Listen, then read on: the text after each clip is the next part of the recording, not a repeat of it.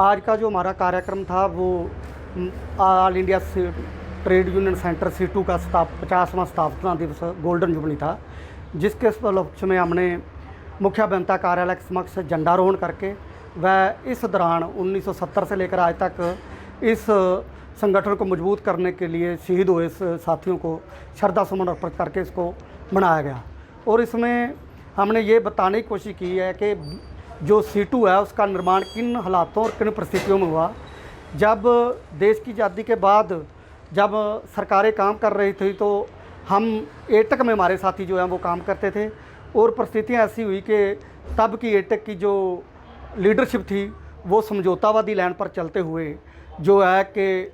सरकारों के साथ और जो दूसरे कारखाने या बड़ी बड़ी कंपनियां या फैक्ट्रियों के मैनेजमेंट थी समझौतावादी लाइन चलते हुए उनके साथ जो संघर्षों को तिलांजलि दी। साथ में जो है कि जो संगठन के अंदर लोकतांत्रिक प्रक्रिया होती है उसको ख़त्म किया गया, जिसके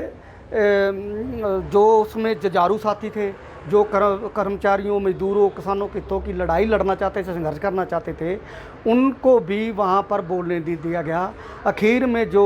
संयुक्त एकट का जो अधिवेशन हुआ कुटुंब में, वहाँ पर यहाँ तक के BTR रणधीवे जी और ज्योति बसु जी जो थे उनको भी बोलने नहीं दिया गया, कि जबकि वो नीचे से चुनकर आए हुए कर्मचारियों के लीडर थे। इसके संदर्भ में जो जुझारू साथी थे उन्होंने एक लीडरशिप ने फैसला लिया कि कोई ऐसा संगठन बनाया जाए जो संघर्षों को तीखा करे और लोगों को उनके हो रहे हितों की अनदेखी के लिए संघर्ष करके उनको सुरक्षित करे।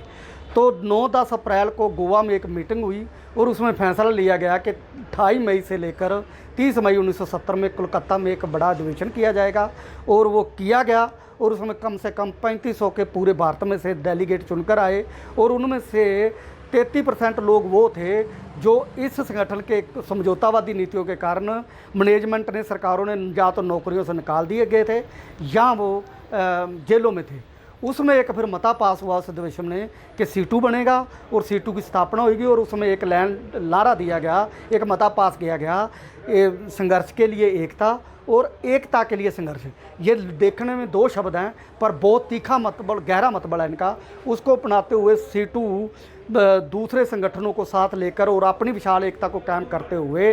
वो 1975 में विशाल हड़ताल कराई, 1985 में हड़ताल कराई, और करते करते जो मौजूदा केंद्र में सरकार है उसके विरुद्ध 2015 में इसी सिद्धांत को अपनाते हुए 15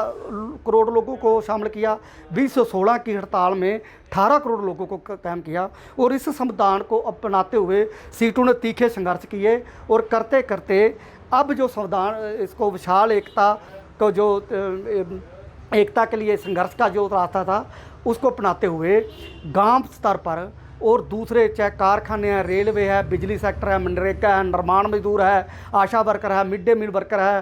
आंगनवाड़ी वर्कर है, निर्माण मजदूर है, रेडी फड़ी वाले हैं, मनरेगा मजदूर है, इन सब की विशाल एकता करते हुए और साथ में दूसरे संगठनों को शामिल करते हुए, जिसमें इंटक भी शामिल थी, उनको करते हुए जो 8 जनवरी 2020 की हड़ताल हुई थी, पहली बार हुआ है कि सरकार की जन विरोधी नीतियों के विरुद्ध भारतवर्ष में 25 करोड़ लोगों को इसमें शामिल करने में सफल हुए, और सरकार को एक संदेश दिया कि आपकी जन विरोधी नीतियों को हम सहन नहीं करेंगे। इसी प्रकार यदि किसी कहते थे कि ये लाल झंडा ख़त्म हो जाएगा, हम 1991 में जब बोला गया तो हमने ये प्रण लिया कि लाल झंडा कभी ख़त्म नहीं होएगा। हम